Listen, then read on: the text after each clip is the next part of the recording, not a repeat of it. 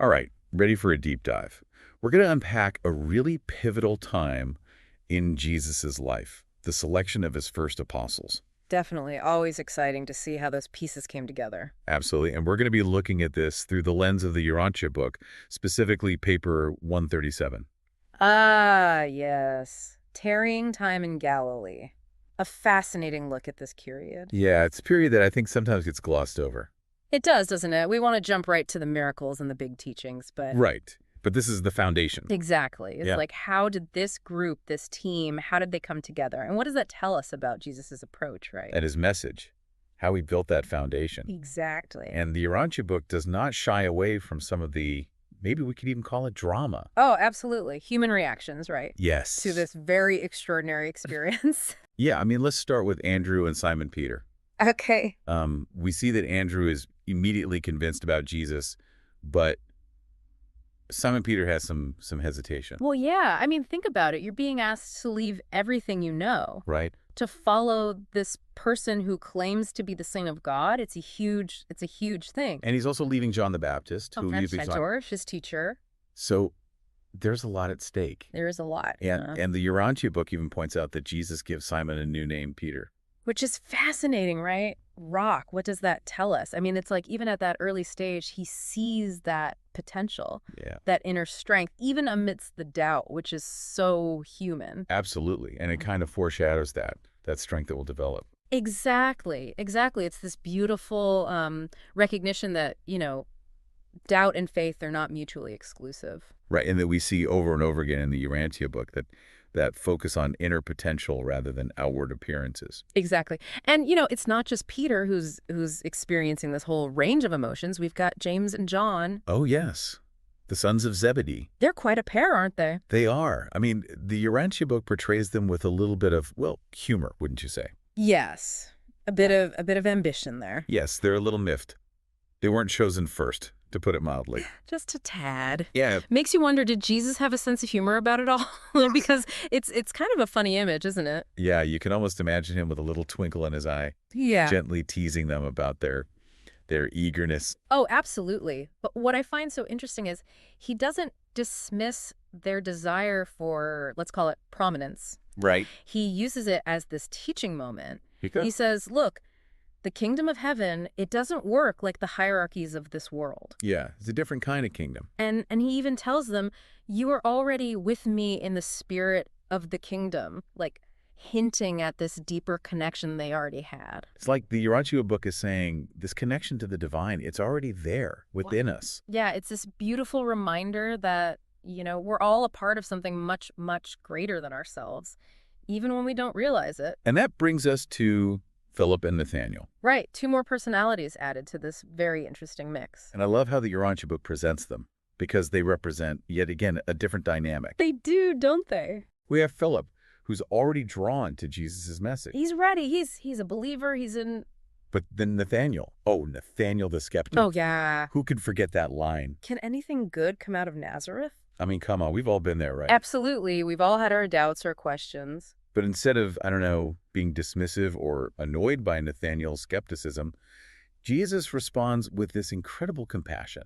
Yes, and I think that's such an important point because it's not just about believing everything you hear. It's about being honest in your seeking. Yeah. And Jesus sees that in Nathaniel. He sees that genuine desire to know the truth, even if it means questioning everything. So we've got this really interesting group, all these different personalities coming together around Jesus. Yeah, it's like the beginnings of a movement, right?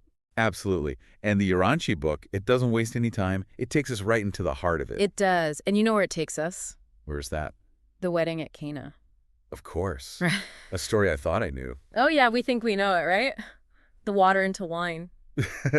But the Urantia book, it adds some layers to this story that I don't think I ever really considered. It really does. I mean, first of all, we see Jesus's humanity in this story. Oh, yeah. How so? Well, we see his internal struggle. He wants to help his mother. Right. Classic mom situation. Yeah. Running out of wine at a wedding. Exactly. But he's also aware of his commitment to his divine mission. It's like we often forget that Jesus was both fully God and fully human. Exactly. And the Urantia book does such a good job of showing that duality. Yeah, and how complex it must have been to navigate those two realities. Absolutely. And then there's the miracle itself. Right, the water into wine. Which, by the way, the Urantia book presents in a very interesting way. Really? How so? It kind of challenges the idea of Jesus as this magician figure, like he just snaps his fingers and breaks natural laws. Yeah, It suggests that it's more about a deeper understanding of universal laws. Okay, so less about magic, more about a kind of cosmic knowledge. Exactly. It's like Jesus is tapping into something much larger than himself, a power that's always present. And this power, is this something that, according to the Urantia book, is available to us?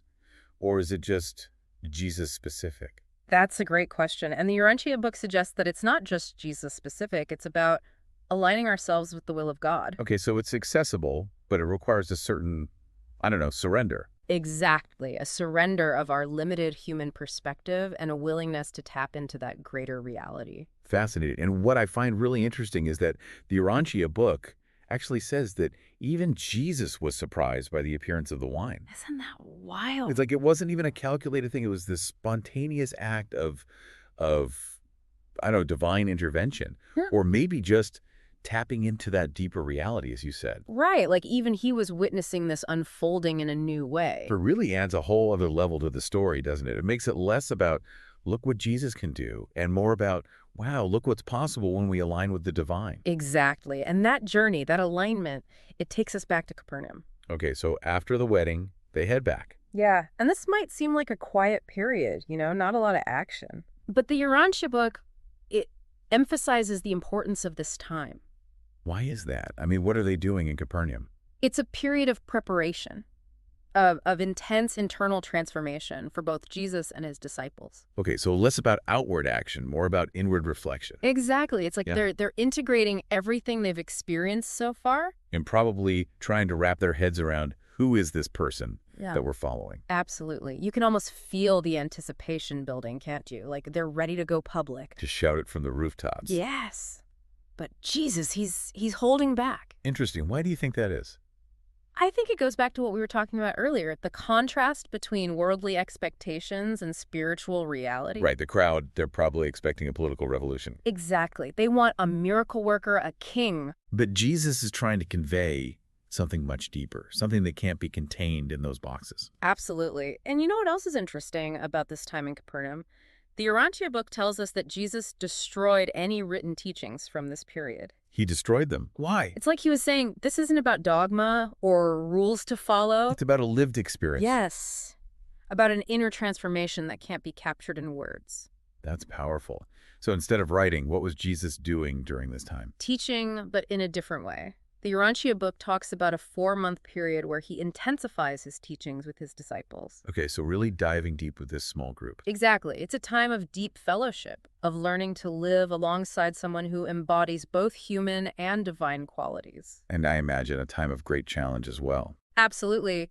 The Urantia book doesn't shy away from showing us the human reactions, even within this inner circle. Give me an example. Well, for instance, we see Kidder's impatience. He's ready for action, ready for the world to see what they've learned. He wants to get the band back together. Exactly. But then you have Andrew, who's much more contemplative, taking it all in. So even within this small group, there's a diversity of responses to Jesus. Yeah, which I think is so important because it reminds us that spiritual growth, it's not a one-size-fits-all. It's messy, it's personal. Absolutely. And one of the things that Jesus emphasizes during this time is how to navigate the complexities of the world. What do you mean? Like the social and political landscape? Exactly. He tells them, don't align yourselves with any particular faction. Don't get caught up in the political battles of the day. So even back then, there was that sense of needing to choose a side. Oh, yeah. And Jesus is saying, my kingdom, it transcends all of that. It's a different kind of kingdom altogether. Exactly. So we've got this group steeped in Jesus' teachings, living it, breathing it. And then the Urantia book takes us to this, I don't know, almost like a culminating moment. It really does, doesn't it? It's like all the preparation is leading up to this. Right. Jesus' sermon in the Capernaum synagogue, you can almost feel the anticipation, the weight of expectation. Absolutely. I mean, you've got to remember, the crowds, they're expecting a certain something from a Messiah. They're ready for fireworks. Right. A political message, a call to arms, maybe even some more water into wine, who knows? Right. A good party trick never hurts. But Jesus, well, he's got something else in mind. He does, doesn't he? And this is where the Urantia book really digs deep. Okay, so tell me more about this sermon. What's he saying? He starts talking about the kingdom of heaven, but he's not talking about a physical place. Not a kingdom you can find on a map. Exactly. And he's not talking about a political system either. This is something different. Okay, so if it's not a place and it's not a system, what is it? It's an inner transformation. It's a shift in perspective, a way of being in the world that's, honestly, it's radical. Radical in what sense? It challenges everything people thought they knew about power, about authority. Okay, so less about outward structures, more about an inward change. Exactly. And the Urantia book emphasizes this point over and over again. Give me an example. How does it describe this kingdom? Well, for one thing, it's not something that's far off in the future. Not something you have to die to experience. Right. It's not some kind of reward for good behavior. It's a living reality available to everyone right here, right now.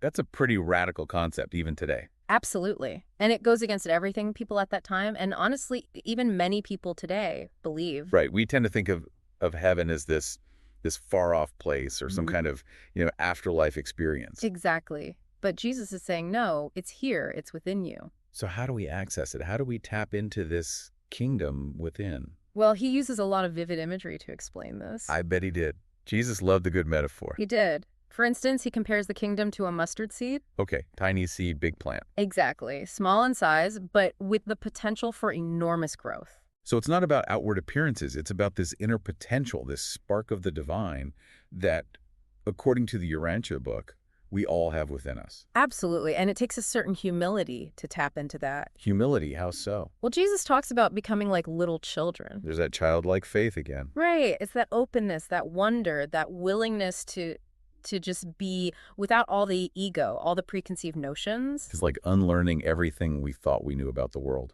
In a way, yes. It's about approaching life and the divine with a sense of, I don't know, awe, maybe even a little bit of healthy fear. Yes, because let's be honest, encountering the divine, even the idea of it can be a little intimidating. Absolutely, but it's also incredibly exciting. And the Urantia book makes it clear this isn't a passive process. You can't just think your way into the kingdom. Exactly. It requires action. It requires aligning your thoughts, your words, your actions with the will of God. Which is a lifelong journey in and of itself. Absolutely. So imagine hearing all of this for the first time. What's your reaction? Honestly, I'd probably be equal parts amazed and terrified. Amazed by the possibilities, but also a little overwhelmed by the implications. Exactly. And that's kind of the point, isn't it? The Urantia book isn't trying to give us all the answers. It's trying to spark that sense of wonder, that desire to explore these deeper realities. And that's what a good deep dive should do. Leave us with more questions than answers and a thirst for further exploration. Exactly. And I think this particular section of the Urantia book, it does that beautifully. It reminds us that the journey of faith, the journey of spiritual growth, it's ongoing. And it's deeply personal. What resonates with one person might not resonate with another. And that's okay. Absolutely. The important thing is that we keep asking questions, keep seeking, keep that sense of wonder alive. Well said. And on that note, I think we've reached the end of our deep dive for today.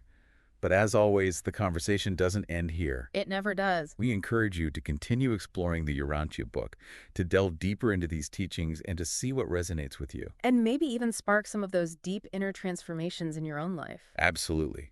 Until next time, keep seeking, keep questioning, and keep diving deep.